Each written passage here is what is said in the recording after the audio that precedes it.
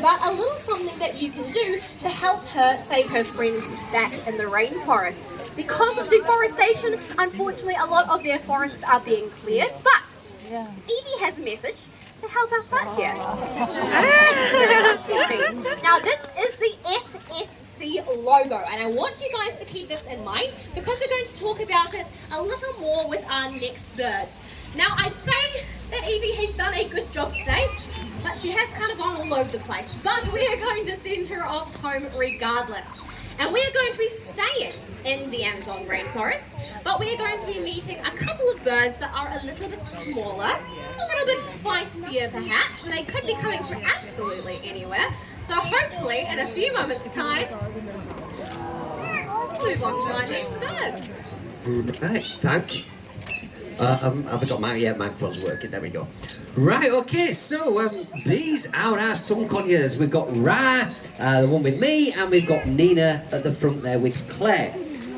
They are sun conures. They come from the South American rainforest, and just like Evie there, they are very, very well camouflaged, which you might think is a little bit odd because let's face it, the colours. You can see why they are called sun conures. They are the colours of the golden sun.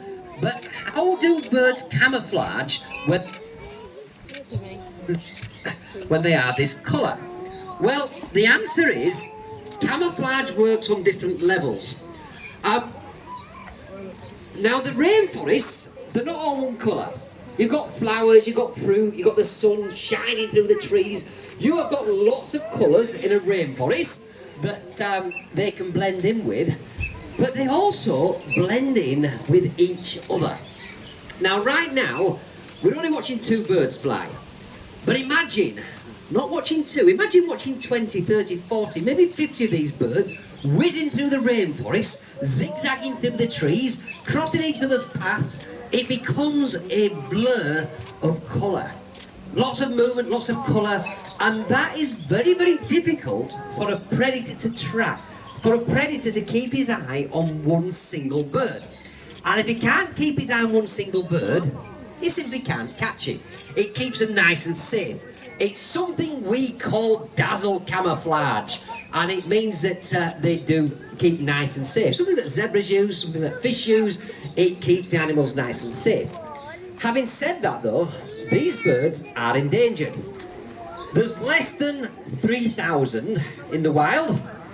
Just to put that into perspective, there's probably 3,000 of you in the audience today. Maybe not, but there's probably 3,000 people in the zoo today. That is a lot of people, but when you're talking about an entire species out there in the wild, it is not many at all. It could be as few as 1,000.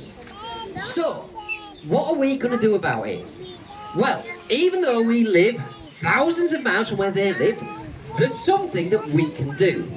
And that is, next time you go shopping, next time you buy anything made out of wood, in particular, I'm thinking of paper, because we all use paper, don't we? Use paper at school? Yeah, paper in the office? Yeah. Paper in the toilet? Yeah. Let's hope so. Next time you buy anything made of wood, any paper, I want you to look at the packaging and I want you to look for a label. On that label, there are 3 letters. Can anybody guess what those letters are? Any idea? Shout it out. FSC, exactly. That's what you are looking for. Evie told us earlier, Rada's just told us, I'm telling you, look for that label. What it means is that the tree used to